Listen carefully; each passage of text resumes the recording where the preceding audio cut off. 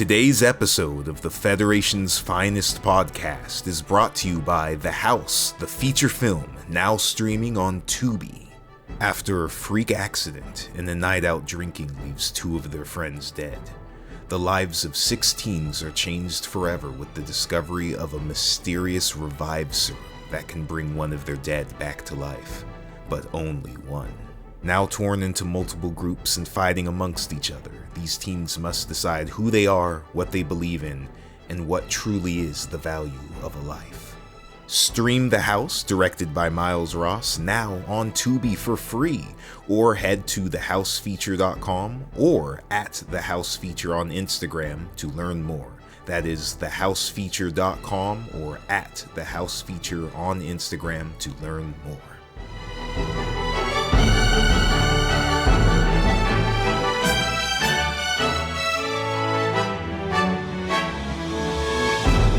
Hello and welcome to the Federation's Finest. I've become so numb.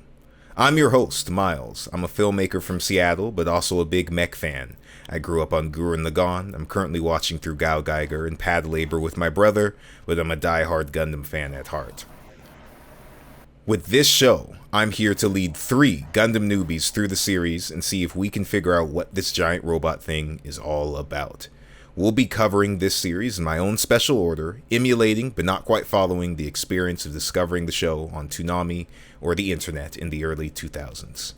On today's episode, we are covering Mobile Suit Gundam Advent of the Red Comet, Gundam The Origin, episodes 10 and 11. If you want to watch along with us, you should go watch those. Fellas, it's Battleship Day. Who else do we got here? Doing my part. We got Tom, filmmaker from Alaska, here to get upset at lots of things. Mostly fascists being too impressed with their own technology. Alright, I'm your local space cowboy Leo here, really just playing the part of proving that Gundam is just 40k. And this is just, between this and Iron-Blooded Orphans, I'm stacking up the evidence. Aside from what you said about the red Zaku and the orc thing, fuck you for that. You still have no proof. Alright. And I am Kenneth or Kenny. I'm just here to enjoy the road. I feel like I've gotten to the point of kind of figured out what's with all this Gundam thing for me, but who knows? We'll see with these last remaining episodes. Sweet. Well, hey, we're at our penultimate episode, at least in this podcast. I did not intend to make these 2 episodes the Battleship episodes, but since they're kind of an unofficial 2-parter, I guess that just worked out perfectly. So, me gusta. Hey, top of the show, good note. Hey, I know I've been a bit annoying and talkative with the canon checks. Fundamentally, we are done with canon checks for the rest of the show. Thank God. Yeah. Cool. The biggest thing, I guess, in this bunch is I was gonna say the biggest thing is just I guess there is no mainline lore note of the Sayla fighting off the bandits in episode 10. That's about it. Everything else you can pretty much assume happened. I guess there's some guy from Bandai that came through and was like, yeah, I consider all of the Origin canon, and I saw some people arguing about that on Twitter this week. So mostly we can move forward and just enjoy the show as it is, because when we watch Mobile Suit Gundam, that literally is straight from Tomino's mind and heart and other places. With that, get ready for that. With that said, gentlemen, let's dig into episode 10. I can shut up for most of this, so who wants to take the lead? I will, with the Eastern hieroglyphics is still not being translated for those watching dubbed, so I'm assuming we start out on Loum, or because this is where yeah, Texas Colony on Loum. Texas Colony. Side 5, Loum. Yep. Yeah, we start out here with Artasia and them talking about Dante Ablo, who did not get budgeted a mouth, by the way. I loved that. I put in my notes, has a mouth sometimes, has a mouth, doesn't have a mouth sometimes. Dies with a mouth, God bless him. out. Then there's what was it? Their adoptive. No, Dante was their adoptive. I forgot who this guy. Oh, this is Asnabor. It's Char's Oh, family. Char's Real family. Char's family. Right, is real Char being real Char's dad being like, hey yo, I have to go to Earth for what happened to Char and all this, that, and the third. Well, not even Earth. They're They're going to fleeing. Xeon. They're going to Yeah, they're Xeon. moving to Xeon. Side 3, yeah. So they can And- go visit him. And to Quote-unquote. avoid repercussions. Quote unquote. That- Like, hey, other people here like know we're kind of for Xeon, so like we got to get out before we get lynched. You're right. You should probably leave too. Yeah. Mm. And We then leave. we go to Club Eden for the last time. Well, Oh, yeah. Well, what I like real quick is that Artesia immediately knows something's up. Yeah, Like, with like she's just at the graves and just goes, "What did you do to that poor boy?" She's like, "You know exactly what your brother did. You know Right. exactly what he did. That's why you're worrying." yeah. That's why you're hearing shit, Do you think it's? and you. Oh, sorry. I was gonna say, do you think it's just intuition, or do you think she's like, "Damn it, Char"? Do you think she's known all this time since, what does the grave say, 0074, that her brother faked his death? Like, No, just a gut feeling. No. I don't think she knew until the guy said anything. But as Yeah. soon as she had those two facts, she was like, "Oh no, no, No. you Yeah, right. didn't." Say it ain't so. He's having flashbacks to him about to beat that man with the nail end of the plank. Exactly. Yep, and then intro happens, and then Club Eden And for then the Club last Eden. time. Yep. So then we got the hoodlum, the dude These showing up officers. looking for Roomba. Yeah, Rama Roomba, dresses Roomba. everyone down and then plays Listen, the piano. man. She's like, "Yo, just don't even come in here with that weak sauce. I'm gonna play the piano now. I'm gonna go sing my Peace." heart out. Crowley's really Shit. cool. Like, this is my favorite version of her. Oh, yeah, she was dope. And yeah. And besides just being hella down for her, man, it's like, yeah, this is my club. It's very clear Club Eden is like all already on the outs. Like, the sign is flickering. There's no business, at least from what we Yeah, can right. see. There's nobody there except the dude. Yeah, it's just dude her from and the Ramba video. hanging out. Well, no, there's the other dude, the Speckles. Yeah. The informant who's just playing like That guy. yeah, whatever side he can. Yeah, who shows up exactly on time to be like, "Hey, they're literally coming down the stairs right now to arrest you. You should run." I walked past them on my way here. Yeah. It's like not much of a warning, dude. You get a nice musical number too, Crowley. That was a good song. I was surprised it took Rumba that long to wake up. He's pretty drunk, man. Really drunk. That's Well, I mean, fair. he went from what, a captain reporting directly to Dozel, to a lieutenant for refusing to commit Holocaust times War 10. crimes? Yeah, literally killing. Well, so the war crimes come later. I don't know if it's this episode or next, but literal war crimes are committed. Oh, okay. Yeah. You mean more? Yes, but like on an individual basis. Ooh. I see. I was gonna ask before we move on. Do y'all think, so like the musical number? Do you think there will be more musical numbers in Gundam, or is Yes. this a one-off? Yes. I It's know an- what it's series I'm anime. talking about. It's anime. Oh, we have. It's just like, if I remember when I saw this in like 2018. I was just about to fly off to Italy for that film festival, and it was like, oh, I was not intending a character to break into song right now, but it fits for some reason. It's a pleasant surprise. But yeah, We go to skip Come back to the Yep. Artesia. Yeah, Artesia's and we family. reveal that Artesia is also an Ubermensch. dude. Surprise. He gets a exact Winchester. Same face, dude. Well, The it's- same The face. same face. Oh, yeah. It's crazy because after she's handed the Winchester, the big thing is Char shoots people. She is handed an old Winchester, He's a Model and 18 immediately or some her shit. first shot is a headshot on a moving target. Hell yeah. Like, She's so cool.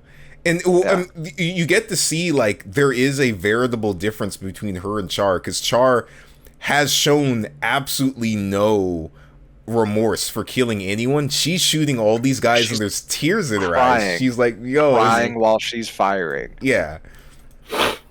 It's so sorry, crying while she's firing still hits the guy with the Molotov so that he drops it on himself. Right. Like like she's crying about it, she's upset about it. It's not okay with her. She's still doing it. Yep. Still doing it and doing it well. Fine job. Yeah, right. That friggin' the Daikun genes are strong with this one. Psycher. Sorry, new type. Well, what's that? Who knows what that is? That doesn't exist. But yeah. Yeah. Then they crash a Jeep full of gas cans into the front door, which would totally explode. Absolutely. Oh, absolutely. But whatever, movie logic. And then trauma for your trauma, how it just automatically Artesia detonates, style. huh? Yeah. No one even shoots it or anything. Right. Her entire life is people leaving her. Or just dying. Like Yeah. the excitement was too much. He died when we moved his bed. Sorry.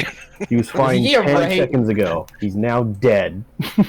He was fine till a bunch of guys picked him up, started carrying him through the hallway, and he's just going, what? And the time that it took It's you to actually kill on screen. several men with lethal accuracy and efficiency, he'd be croaked. One shot, one kill for all 12 bullets. Yeah. Like You had to be humbled somehow. Yeah. And then we get explosions in the sky at Miranda Bay, was it? Yeah, I guess I that think must be so, yeah. the colony here. Or Miranda, I think it was called just later. I think so. It's the colony that these bandits appear to be from, because they're like, oh shoot, we can't go home now. If you can't, it's hard to explain. If you can't tell, these colonies, despite their size in space, they are different sizes. And Texas colony is maybe like a maybe like a 10 or 15 mile long stretch of land in space. The proper main Banshees are full 50 kilometer long things. And this big one that is essentially a city just got, it's at least Dumpstered. Yeah. The docking port. The docking was port. just blown up along with Char's family. Hey, at least they got reunited. They did. Hey, they did what they set out to do. They went to go see their son, and now they're seeing their son. Died in the same- That's crazy. But I also love Char's just he spots Texas, and then there's just a Nani? Like, is my sister down there? Kenny. Oh, sorry. No. Just gets eyes on her. Artesia starts running, and he's just like, all right, peace. Bye.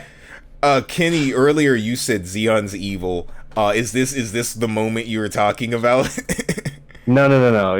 Later. I don't think so. I don't remember when I said that. But it's definitely next episode. Gotcha. That's when I'm like, all right. I was thinking, because I didn't ask. I was like, oh, did Char blow up old Char's family on purpose? Do you think that was planned at all? No, I don't think so. I think that's total coincidence. Yeah. Well, he did do it technically. Yeah. As Xeon is straight up just doing terrorist attacks, and we get our shot of him looking through the colony like, oh shoot, is that my sister there? Bye. Standing on the glass outside looking down at her. As she's just still just hearing the voices and just like, no, this is wrong. That's not sure. Yep, then on to Federation battle fleets with this guy, which I never remembered his name because I just had an inkling from the second I met him that he was gonna die. There's Old Admiral and Young Admiral. Yeah, so there's Admiral Revel, and then there is old one. That's old guy with the gray beard who gets captured, and then there is the other fleet, which is led by Yemen? Tiamin. Something? Tiamin. Yeah. Tiamin. Team and fleet. Team and fleet, yeah. Tim. Tim. Got yeah. Tim. Yep. And the Teeman fleet is about the same size as the Xeon forces. Xeon forces, and the other fleet is like double the size, as we established. I thought it was like last 3 times their size. 3 times at least. Very big. Yeah, well, Yeah. so that's when they split off. I think it's the Tim's fleet, which Char just soloed a diversion. Just on his own, he split off an entire fleet that brings it to 3-1 outnumbered Xeons. What do you guys think of, because we get to see Dozel and we get to see Fedis, like, interacting here. What do you think about, like, Federation High Command versus what is essentially Xeon High Command, which is just Dozel and the family? The Federation is way more bland in their design. I don't know. Well, they're very Western military, just with... Yeah, very much so, whereas and it seems a bit more I don't want to say inclusive because that's not the right term, but like there's more people to them. You know, with the Xeon forces, it's mostly just the Zabi family that's like calling the shots, running the show. That's how fascism works. Yeah. Yeah. But I mean, it is though. It's like it's Degwin and Garma watching on a Skype call, and then just Mongo himself in the flagship. We also get one so far black guy in Gundam in the background of the Federation. Doesn't get a line. Doesn't get a line, but my brother, he got some rep there. Right, Brian. Rep. Yeah. At about standing there in In the back. lunchroom. Yeah, he's in the back. You're not good enough for lines, boy. But no. It also is like very clear that like the Federation is pulling people from all over Earth sphere, if not Earth themselves. I'd assume Revel and most of these guys are Earthborn, but it wouldn't surprise me if they were. If a lot of some of these guys are from Side 2 and Loum too. Yeah. I find it hilarious that Garma had to sit in the Skype cuck chair instead of being out on the actual battlefield. Well, no, his dad gives him the whole "let the peasants die" speech. Like Magneto's got it right, man. In chess, that's why the pawns go first. Like, yeah. By the way, this is going to be a shorter episode, so feel free to get into as much discussion as you want. Well, yeah. okay. Why does nobody put a vac suit on until they're in, like actively abandoning ship, instead of putting it on when, I don't know, combat starts and you might have a hole blown through your ship? Yeah. It's Miles. Well, did you see the instructions? What instructions? When we go to about 1 second, let me just share my screen here. Can y'all see my screen? No, you won't be able to see that. certainly not the viewers at home. Certainly not the viewers at home, yeah. Let's skip forward just a little bit. This is around 15 minutes and 30 seconds into episode 10, A Red Mobile Suit. When Revel's talking, we get... and I actually figured this out really late. We get this screenshot, which is Revel eating his sandwich or whatever, his space sandwich, and then we get some instructions in the background. I can't read the orange one. Who wants to read? Who wants to read that red one? Safety procedures during general evacuation. Do not panic. Put What? on heavy normal suit. Put on helmet. Get away from vessel quickly. Form groups. Do not perform unnecessary spacewalks. Beware of explosion and space debris. Why do I feel like number 6 was written for Ensign Pikachu? I mean, again, why would you not put on a suit to protect against vacuum when you're going into active combat? That seems like kind of basic space combat preparedness. Yeah. Just say it. You I will. guess the only thing for me is like they were really, really, really cocky. I guess it's like hoping that this would never occur to them, but I guess I don't know. That's Yeah, the only... there's actually a video I saw this week, which was a guy talking about not to get too political, but people talking about like, hey, if there's a war in modern America, who would win? And it was a conservative guy that was like, heck yeah, if we won. And the guy was talking, it was like, heck yeah, I know who'd win. And the guy who was narrating the video was talking about, I was like, well, historically, that's very interesting, because when you go back to the American Civil War, the first, hopefully only one, from the 1860s, you can read newspaper articles about how both the North and the South, the Confederacy and the Union, both were very certain this was going to be a very quick, like, wipe of your hands, one side wins immediately type war, and then there'd be very few loss of life. And there's actually... Where it'd be a battle, not a war. Yeah. And it was there was actually an instance where, and I wish I had the research here and the name specifically, there were some congressmen who went and had a picnic outside the Union and the Confederacy's first battle, who like were like kind of like like dandy-ish, and were like, yeah, we're gonna have a picnic and watch these, you know, these rebels get stomped immediately. And then when it went really bad, really south, really fast, and the actual gore and bloody and horrors of war happened in front of them on this hill that they're watching, it like immediately changed their entire impression of what was happening. They had wounded soldiers fleeing through their picnic. Yeah, almost certainly. Yeah. It's very normal for you know, invasions to at least be spoken of as like, yeah, this is going to be a 1 or 2 week war. This is going to be a 1 battle war. If you're all ready to go to episode 2, if not, then well, no, because okay, cool. because I want to we hear need to Tom's talk. opinions about all of these fucking battleships. all right, We need to talk about the battleships. let's talk Miles. about battleships, and then I'll give you the research between this and episode 2, and then we can talk more about battleships. Let's also talk about which of these ships is good, and Okay. which of them is a garbage piece of trash, and which of them actually has the bigger cross section. Okay, yeah. So there is a mean- moment. There is a moment after our Black TriStar moment, around 20 minutes and 14 seconds. Yeah, when this guy is talking up the Xeon Musai class to Garma. He's like, because it has a smaller cross section, it's harder to hit. And then also, something our immediately blows thrusters up. being out to the side like that gives us a better maneuvering ability. What was that, sir?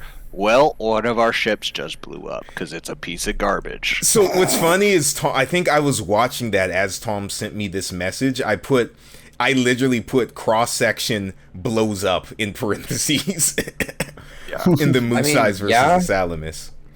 Like, they definitely knew what they were doing on the timing of that. Yeah. But But Tom, the Salamis is just, it's so much better. well, we talked. It's a better ship. we talked about it.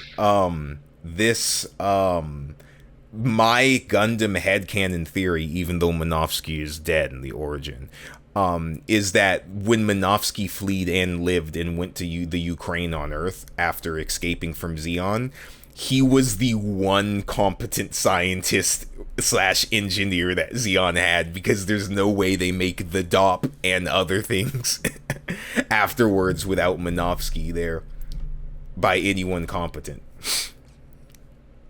No, I mean you can't tell me your ship has a smaller cross section. It takes up more room. Like, it is a larger ship because of these stupid protrusions. Like, all of the like, sure, you're gonna hit the front of the Fed ship, but hey, guess what? Our guns aren't in a line steadily going like up. Some of them are on the front, some are on the sides, some are on the back. Guess what? They can also rotate. We can pick our targets. Also, our range is better than yours. Also, suck it. The ship is better. Yeah, so I mean, all right, may as well just get into this now. All right. Here's what we'll do. Keep talking. The thing that I had to look up my own math, and Miles helped getting me not spoilery stuff for some of this math. So Char, like, initially I was like, okay, no way, because Char decides I'm going early and just putting on all of the speed. Yeah. Somebody said, like, even going at 3 times the speed, like if we just take that as a flat multiplier and we go off regular Zaku stats, he's only pulling about 2.3 Gs of acceleration, which 2.3 Gs of constant acceleration in space is insanely fast. Like, he's going so quick by the end of that run.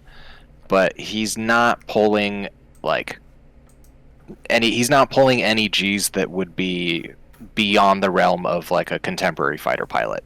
Yeah. The fact that he's doing all of that in essentially a Prussian military outfit, that's the Ubermensch talking. That's Yeah, the like- Ubermensch talking. Like, there's nothing that he's doing in that battle that he couldn't, like, combat G-Lock by just, like huffing the blood back into his extremities. Yeah, and I'm sure there is actually some explanation for how mobile suits cope better with, like, G's in space. I do not have that ready for you here today.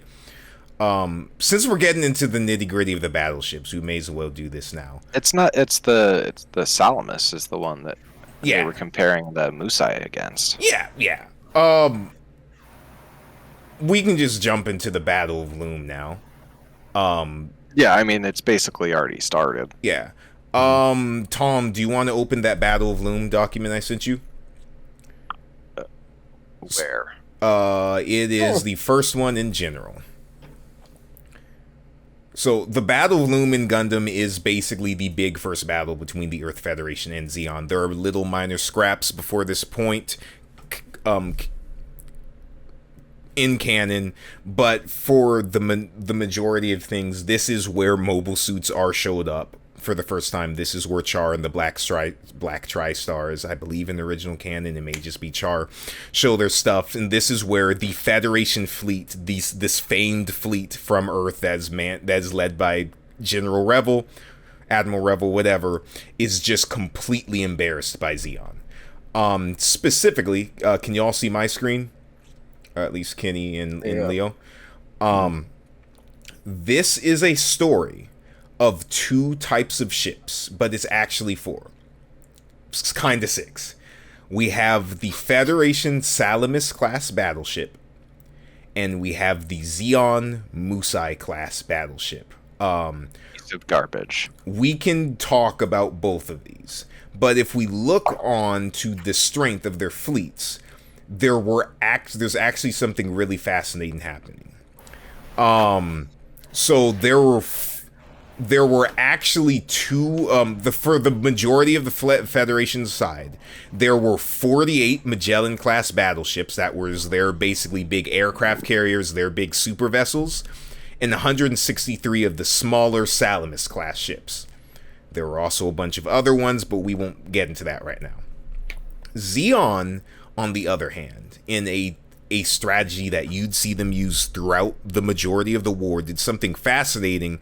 They spread themselves thin, and they did variety over quality, essentially. So while the Federation was essentially having about 200 or so of their big ships and smaller ships, they had 4 Guazin class ships, 78 Shive class ships, and several other ships of varying sizes, including the Musai and others.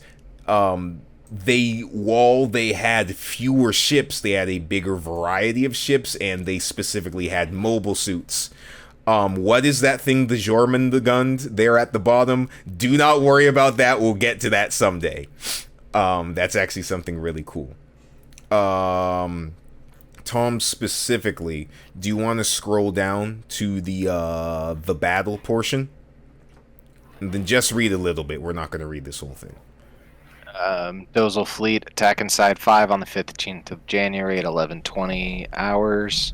At 2200 hours, space sector close to Side 5, the Rebel fleet sighted Zeon worker ships attaching nuclear pulse engines to the Side 11's Banshee water. I don't know. And then the battle starts.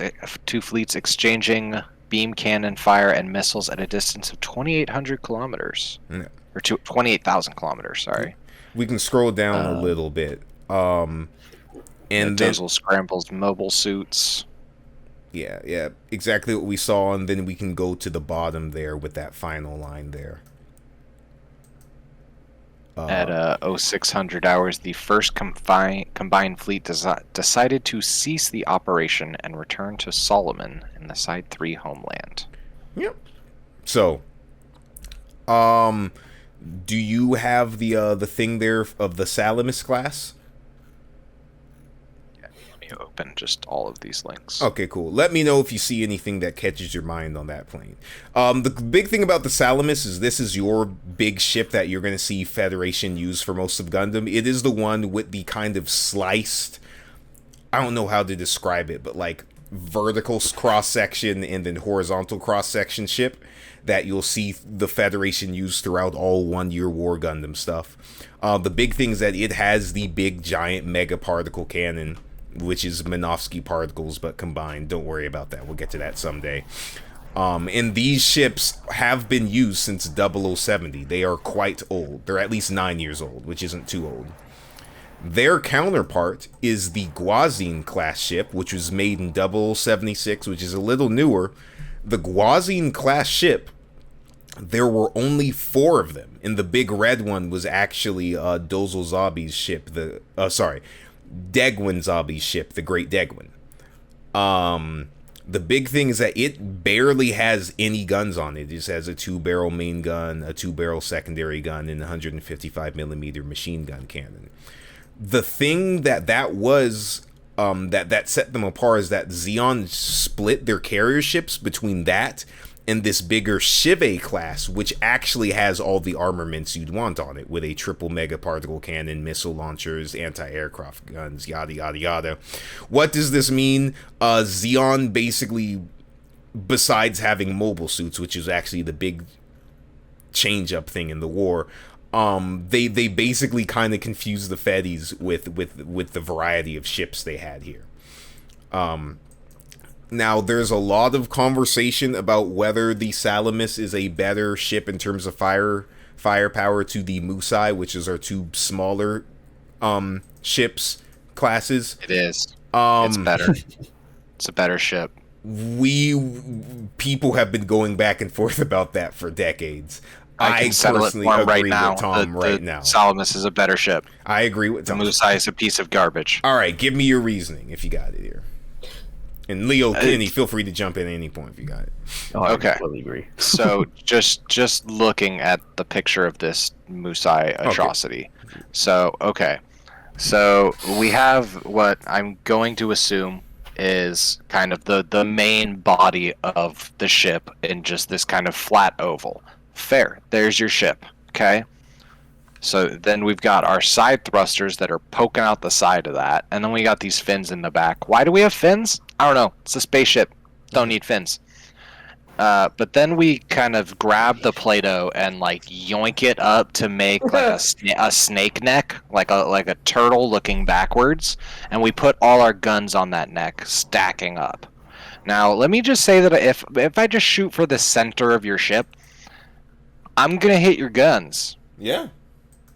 And if I've already hit your guns and I hit that spot again, I just blew a hole clean through the portion of your ship that connects the engines in the back to the rest of the ship. Did you guys So if you don't split in half like the Titanic, you can't move between sections anymore. This is assuming that classic Zeon move, the bridge is stuck up at the top, popping out an extra bit of silhouette. So give me another thing to hit and pop off of this body here. One sec before you go on, just for the audience at home, this is the Musai. This is actually, you can just go to the Battle of Loum page on the Gundam wiki. Also, Kenny and Leo, do you have open that Mobile Suit Era fan translation PDF I sent in Notes and Resources? Fucking no. If you can, try to get that download. If not, no worries. I'll try pulling a picture for you. Keep on going. What is it called? It's the second link in our Notes and Resources channel. It says Mobile Suit Era fan translation, and there's a mega upload page with a zip link to a PDF. I'd put the PDF in here, but it's It's too big. All right, keep on going, Tom. So okay, let's switch back over. Let's switch over to the Salamis. then. Salamis. All right. You know, the proper ship. So Fetty if ship. I'm flying in space and I don't know, like we're just doing basically naval combat, just 0G. That's how this is playing out. I am presenting the smallest target I can, that being the front of my ship. Everything that I need is pretty squished into the silhouette of the front of that ship. There's two little things poking out on the side, a little bit back, and there's a big thing poking up on top, which, again, classic Gundam, is going to be a command bridge with windows. And Chart later proves why putting windows on a spaceship is not a good idea. But Yeah, but then As we had that really I- cool moment in episode 11 where the two main guys, like, when they rammed each other's ships, they like looked at each other and it was all cool. But yeah, And you're that- right. Then that's- Char absolutely bodies him. and I had to text Miles. I was like, I hate to admit it. I hate it so much. But Gundam has an explanation for windows on spaceships. Yeah, you now have to do it because of Minovsky particles. Yep, because whatever electronic means of viewing outside of your Oh my little God. protection of vacuum, you gotta pull out the binoculars now, man. You gotta resort to Minovsky old Mark One eyeballs, which Oh. is wild. That at the engagements of what space battles would be, you're trying to pick a target with the naked eye. Insane. Yeah. Well, we Would you do say have that that. the flesh is weak, Tom? Yes, the flesh is weak. We can. Attaboy. If you want to Miles just, and I have that argument all the time. if you want to, As it just, is. if you want to blend this into episode 2, just because this whole thing just pretty kinda- much are. Yeah, we pretty much are. Episode 2. Episode 11, Battle of Loum. There is also, I kind of lost my train of thought here. Let me look at the Magellan while you get it. Yeah. You're gonna make yourself mad off of that one too? No, the Magellan's another Fetty ship. Oh, okay. So it's The actually designed Magellan is properly. actually the one that I like the most. Yeah, it is the big It's pretty super much carrier. the same ship. Yeah, it's the big okay, It super really yeah, is yeah. pretty much the same ship. It's just its guns are bigger. Right. It's got a bigger engine, yeah. Yeah, well, It has 4 of them. if we're talking about it, the overall height of the Magellan is 88 meters and its length is 327 meters. The the Salamis, its smaller counterpart, is 61 meters tall and only 228 meters. There's variations if you count MS Igloo, but yeah. Yeah, they have the same propulsion, but the Magellan literally has 4 of them. Yeah. Sorry, there was a screenshot here in that Gundam PDF I was trying to find. I cannot find it right now. There's also a bunch of other weirder ships in this thing that we actually don't see. This is almost entirely Shive class ships, in Musai's, and then Salamis's and Magellan's. Yeah, someone, I think it's the Fetties, have a big old fighter carrier, like a big square Hey! blue whale looking thing. Say yeah, hello that to just the spits Columbus out class. those stupid little turtle planes. Yeah, the core boosters, because they don't have mobile suits, and we get to see very quickly how fast Char and those guys dispatch. This is Doc Bill. Doc Bill, does anyone come in? We just took a knee to the face. Well, I mean, our second It was episode wild. starts with a guy, our second black man in Gundam. His name is Ryu, in this core booster, and he's going through it with his co-pilot with glasses there. Well, 11 opens with, just the Xeon fleet getting slaughtered. Yeah. Just, absolutely chopped. Do you guys think it's the outnumbering, or do you think Dozel just kind of sucks at his job? I don't Yes. think Dozel sucks at his job. I think he's actually pretty good at his job. He pulled off a pretty wild maneuver even without the mobile suit advantage. Like operation trajectory, solid. Especially if it's a Mongo move, solid move Mongo. Solid move, Mongo.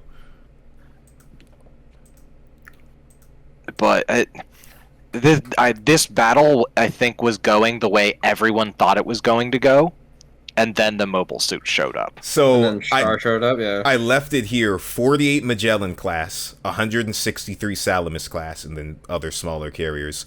4 Guazine class, 78 Shive class. There's also this ship called the Jiko class, which you do not see at all.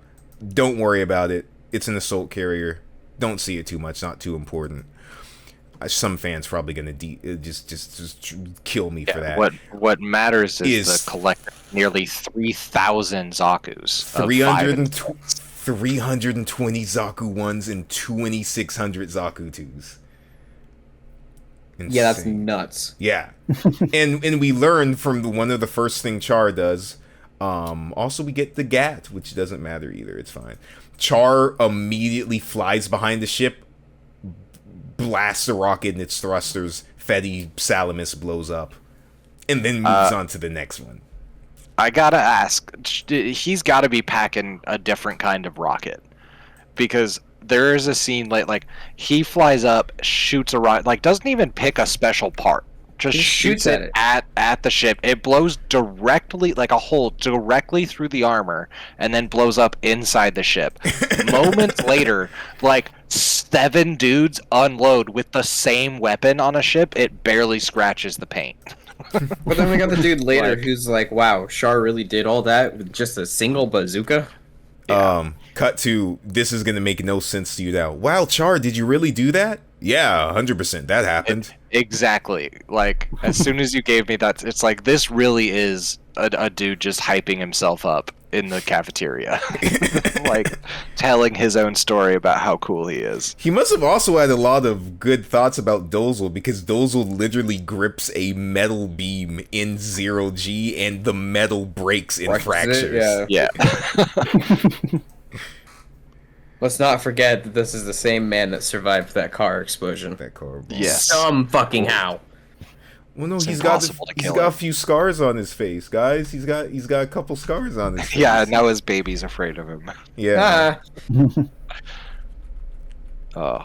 I love Good times. also the like Fed officers just kind of slowly realizing like, oh guys, we We're might boned. be screwed. Yeah.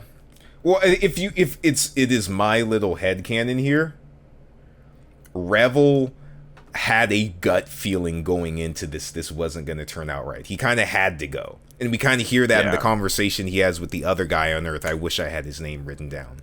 But as soon as this battle starts, Tiamin is kind of like lower commander and is like, all right, we're going to let Revel's fleet do this first. Revel goes in, fights the Zeeks, gets to see what mobile suits are firsthand, and says, nope, yep, should have trusted my gut, gets kidnapped, and gets captured. And then Tiamin, this is just skipping forward just a little bit to the end of the episode. It's like, yeah, we got Degwin Zabi's ship, the Great Degwin, right there. We're not even going to try firing on them because I just saw what those mobile suits did, and that's insane. And I choose life. Yeah. And see, if he had chosen violence, he would have ended the war. Oh, you think that would have done it? Not getting down, but if he had pushed to Xeon, So they push the Xeon. Do you take out the because Great Degwin? all the mobile suits are over with Mongo, right? Yes. They're on the other side of side 5. Yeah, if there's no mobile suits, like he doesn't know this. Yeah. Like third party omniscient tactician. If he had pushed, if he had gone to Xeon, like, all right, hey, you guys you're coming back? You launched your side into the Earth. Come back and threaten me. I'll blow your side up. Expose it to vacuum. Here's my only thing, though. At about 6 minutes and 20 seconds into the episode, when we get the moment you were talking about, when they're physically looking through the scope, this telescope, on the ship, these Federation guys, and they're like, what are those? Oh no, those are Xeon cruisers. We couldn't scan them. We can only see them right now when they're in danger distance from us. Part of the reason that Tim didn't go and move forward towards Dagwin is he was probably like, I don't know what they have. There could be mobile suits a few miles away from me. There could be a whole other fleet I don't know about. There could be a battleship to my left. We can't tell. The moment someone starts throwing a bunch of particles around, you're blind. Yeah. Like, that already was going to complicate the space battle, but the idea is that your enemy would also be as blind as you are if you guys are both throwing these particles at each other. But I don't know if the enemy is basically in a giant armored astronaut suit with a battleship cannon strapped to its arm. Well, game just changed. Well, and also, I'm losing track of what I was gonna say. I forgot what I was gonna say. Keep going. I don't know. Kenny, you notice anything? Sorry, I know you've just been quiet for a second. No, I'm good. Oh, okay. Oh, so here's the literal war crimes. Oh, okay. Yes. The Black Tri-Stars. They zero in on Revel's ship. I love the snipe around just directly through the command bridge window. Just because that's a dumb design, guys. Sorry. But the literal war crimes is the escape pods being launched, and they immediately shoot them down. Immediately fire on the escape pods. Was that your Xeon sucks moment, Kenny? Was that it, or is it a different one? No, it was the whole battle. That's just like, in my notes. It's just all of it. It just says they moved to capture the admiral rather than war crime him. But that it's like 1 war crime, 2 war crime, not 3. Let's capture the officer. We could barter with that guy. Yeah. Yeah. I wish I had the stats on that Zaku 2 sniper ready for you, but just picking off the glass, like, commander, just the cockpits of all of these vessels is like I said, a design oversight that they weren't thinking of. They weren't thinking of fighting human-shaped things. Thinking of putting glass on a spaceship. Like, it's heavily reinforced glass, Tom. No, micrometeorites exist. Yeah. But then we get one of my favorite moments. Which, have you guys seen Troy? No, I need to. I know the story. Okay. There's a great moment, like early on, this young boy is sent to wake up Achilles, who is Brad Pitt, of course, and Brad Pitt's getting onto his horse, and the kid's handing him his stuff, and he's holding his helmet, and the kid goes, "But the Thessalonian you meant to fight, he's the biggest man you'll ever seen. I wouldn't want to fight him." And he puts his helmet on all badass, and he goes, "And that's why no one will remember your name." And then he rides off like a hero. This dude rolls up on Char, is like, "I have a spare magazine, sir." It's like, Rambo's gone. Use that, make up for his absence. I don't need more missiles. Pulls axe and goes in to just, I don't know, hack a battleship to pieces. Pretty much. I mean, he was Like- literally like, what did he say? I think his exact words were something along the lines of, "I don't need help getting my victories," Yeah, or like something like that. Focus on Let your you own. carve your path. Basically. Young soldier. I'm already cool enough, bro. You get your own. They told me I could only have a medal if I got 5 ships. They didn't tell me I got 2 if I get 10 ships. I did my part. And tosses him his rocket launcher. Yeah, it's good. Yeah. I enjoyed that. And then we get Game of Thrones shenanigans. Yeah. With Jiren and Cresselia. Cresselia walks in on Giran plotting, and she's like, "Why is Dad and little bro just out in a big red ship in the middle of this battle?" And Giran's like, "Who knows why they're out there?" See, I got it. I thought it was the other way around. Oh. I feel like Where- Jiren should have immediately been like, "Why the fuck do you look like Shredder?" With her face She covered. does look like Shredder. It's hilarious. Big abridged possibilities with this series too. But yeah. Oh yeah, very very solid abridged possibilities. Yeah.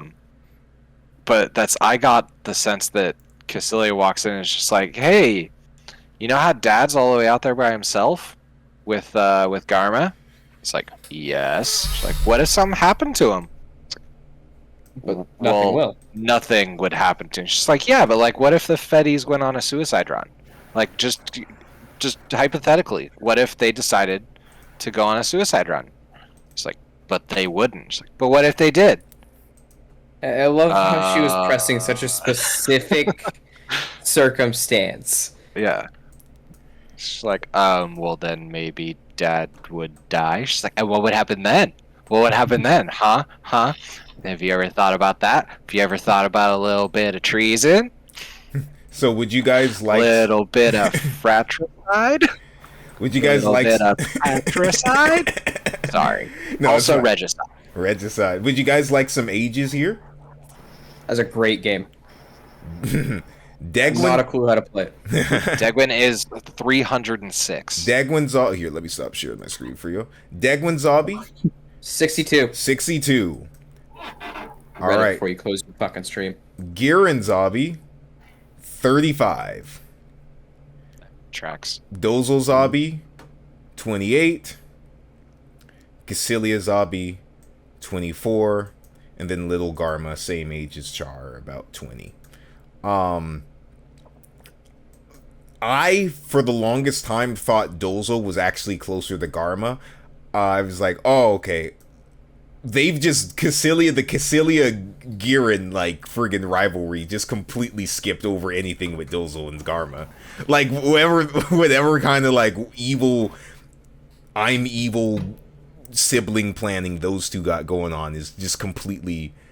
The other two have no clue of anything. When a Targaryen is born, the gods flip a coin. Yeah.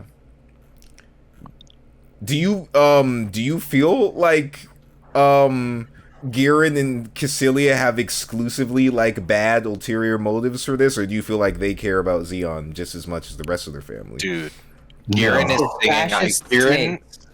Girin sings "I Just Want to Be King" in front of the bathroom mirror every morning.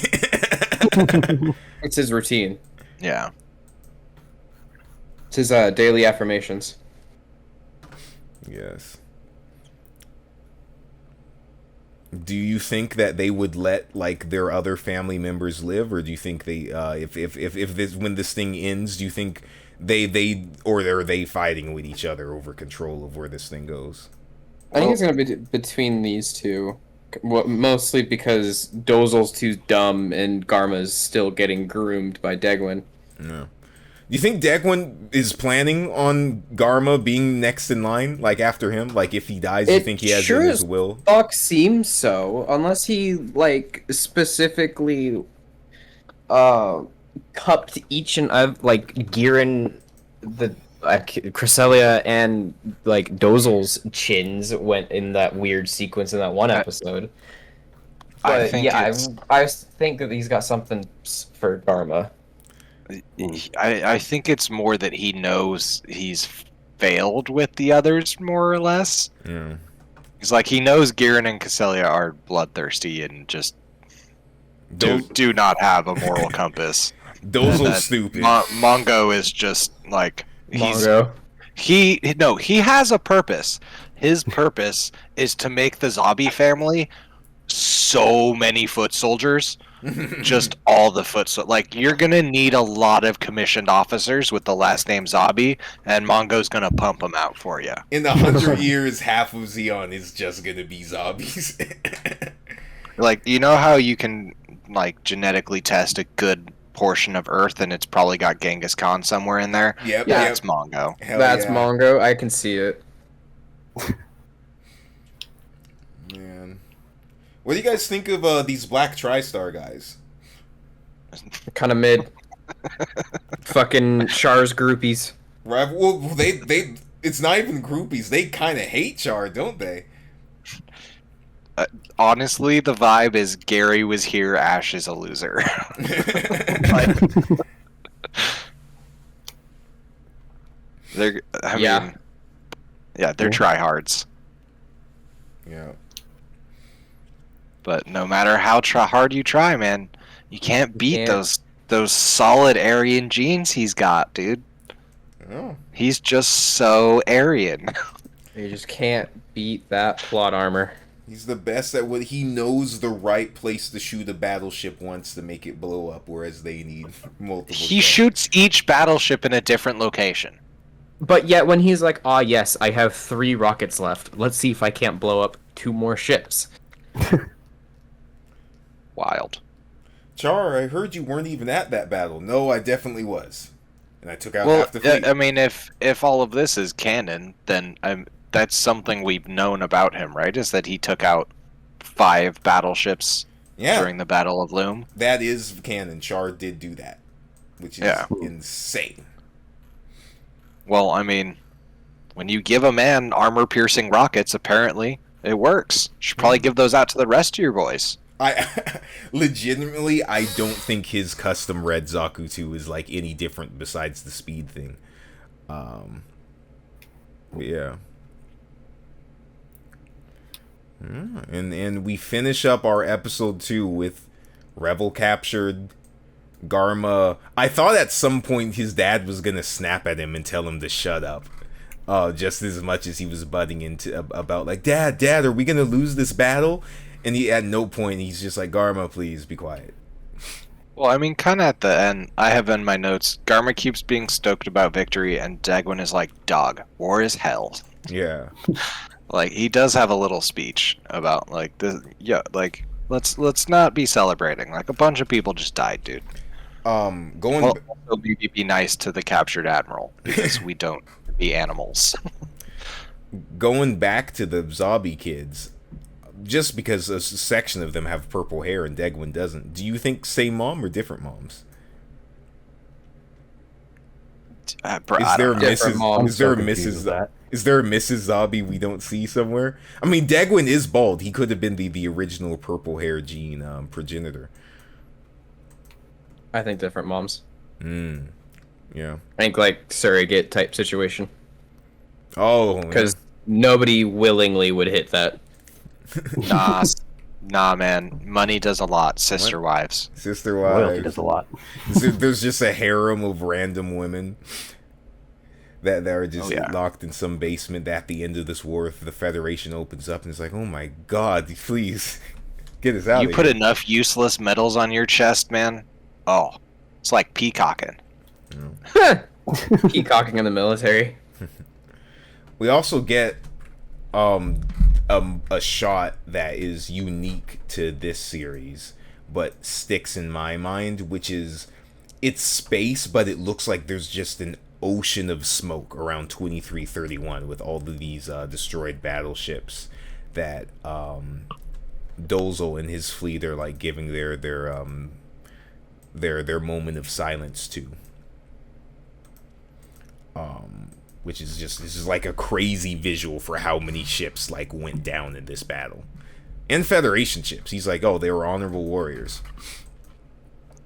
I like how the smoke has a direction and Yeah. is going in columns as if it's being blown by the wind in space. Yeah, space wind, huh?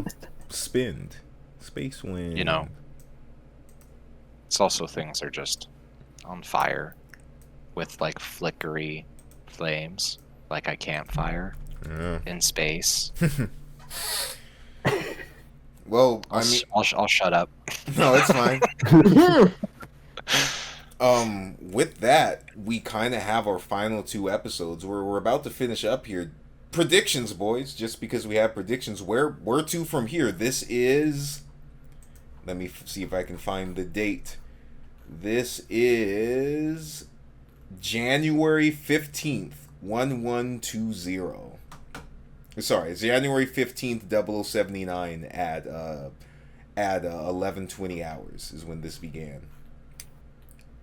Well, we need a reunion between the Xeon spawn so that Artesia can do her whole "No, big brother, Big war brother." is bad. Stop it," And then just for Castfall to be like, get bent. which would be wild if she kills him. I would love that. We know it's not gonna happen. No, it's not gonna happen. It's not that kind of show. Yeah, But- Char's definitely here to stick around. Char's here now. What about the Federation? Like, how are they gonna deal with? Oh, they're gonna go lick their wounds and make new. Lick their wounds. Make Gundams. Yeah, they're gonna go back. I feel like they're gonna go back to Minovsky's underling and be like, "Hey, yo, that RX-78 idea? Yeah, let's do it." Yeah. Well, By the way, we're gonna Minovsky is around. we're gonna put this kid in there, and just like grabs Amuro by like the collar of his shirt. Well, food for thought, since you brought that up. We saw child soldiers in the 8th MS team, and we saw people as young as like 18 being drafted. You have not seen any children fighting in this war yet. Yeah. I mean, except the children of the disappearing winter. Oh, yeah. Well, I mean, Yeah. Well, I mean, that's the 8th MS team. That was after this. That's still later on this timeline. But you have not seen any young people in this war. It's mostly old men. Do you think anything happened between the 8th MS team and this that would give reason for there to be a large portion of young men In the war? in the war? Yeah. Yeah, recruiting efforts. Yeah. It's Yeah, kind of like, it's easy to got get that bad. people to sign up to go fight the enemy when the enemy just blew up your planet. Plus, if I was With a another young, planet. aspiring 17, 18-year-old and some military man came up to me and said, "Hey, you want to go pilot a giant fuck-off robot?" Yes, I do. like, I do. You know what? I will sign my life away. I will commit right now to owning a Camaro I cannot afford and 3 divorces. Thank you very much, sir. Hey, Give me my robot. I don't think I have a Camaro and I've never been in the military. Get fucked. Can you afford it? Yes. That's why you're not in the military.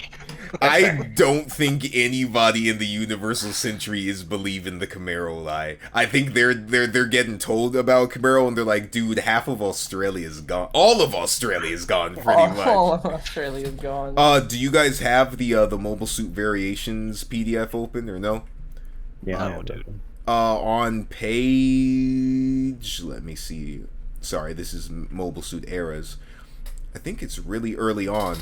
On page 17, I'll put this in general. You can see what Australia looks like now, which is crazy. And it's like, yeah, there is Sydney gone, and it's Oh yeah, huh? From them dropping the fucking.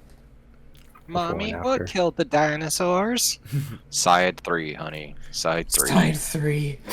you can also, well, technically it was side 2, Landing. literally. If Different Island. Yeah, Island Iffish.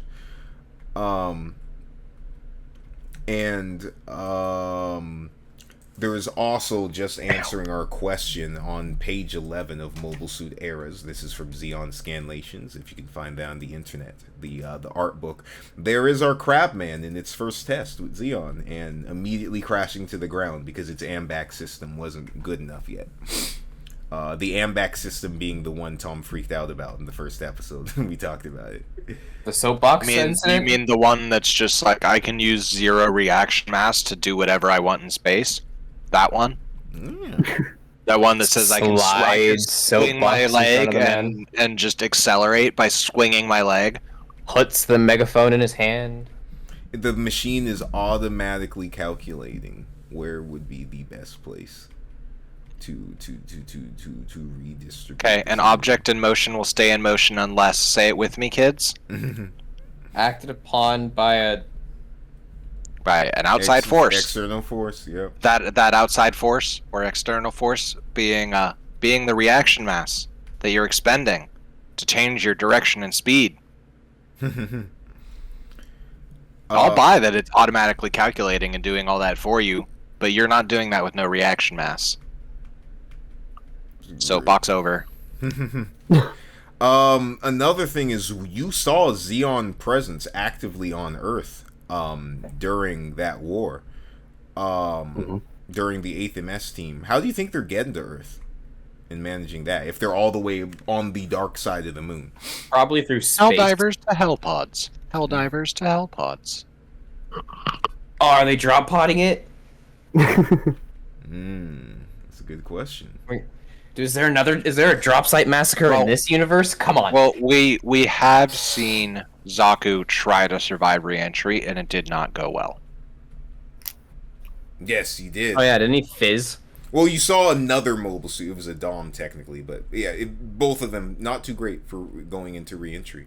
It's so funny. I just watched the episode of Iron-Blooded Orphans where Barbados had to go into re-entry, and he just fucking rode in on another fucking mobile suit. Yeah, so that is actually That's not how that works. It's funny you saw that there is always a Pulling it up. re-entry. There is always a re-entry moment in every single Gundam series, and it's fun to see how they tackle it. Oh yeah, I guess it is in G Gundam as well. I'm gonna find the screenshot, send it to this solely for Tom. Is he just riding it down like? Oh, he is talking aura train farming club? this fucking thing. Hold on. He's aura farmer. He's the coolest dude. He's Mika, Superhero landing pose as he just rides a fireball into the atmosphere. Mikazuki, This man. episode? Mikazuki, yeah. Is it this episode? I think it was this episode. Yeah, link him to that shit. Kitty, you got any thoughts? Yeah, it's pretty fucked. I mean, I was kind of mad the whole time. I'm like, wow, they're kind of cooked. The thing is, when you told me like, oh, they lose the whole thing, I'm like, yeah. Well, I'm pretty mad that they lost this fight. But that's just me. Yeah. Well, we see it appears like they've lost at the end of the 8th MS team. Or in the end, Zeon loses the whole war. I'm like, I totally forgot about that happens because in the the 8th MS team, it's like, oh yeah, they do lose. Well, but in this battle, I'm like, oh yeah, they're completely fucked here. The Federation. Since we're spoiling that a little bit, it's fine. Since we know it happened, do you guys see a path for how you think stuff goes downhill, or what do you think could possibly? Because Zeon has the upper hand right now.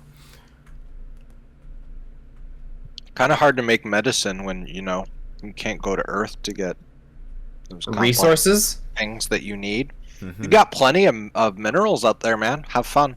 Have fun with all that free copper.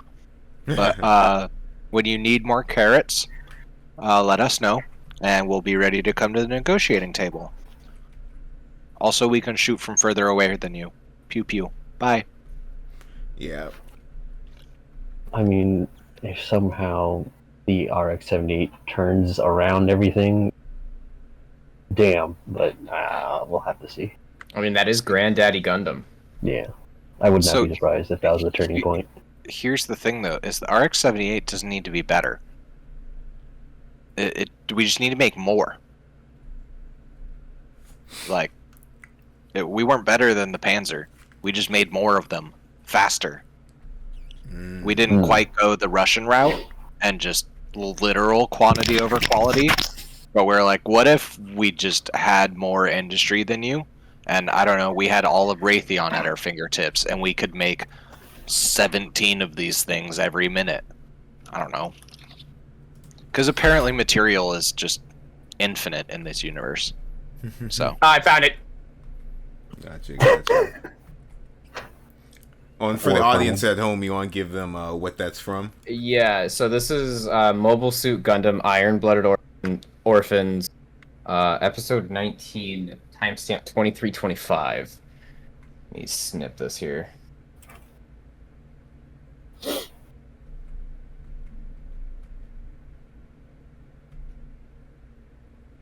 And also, disclaimer, Iron-Blooded Orphans has nothing to do with the UC Gundam. Yeah, own the universe. Self-contained. Okay.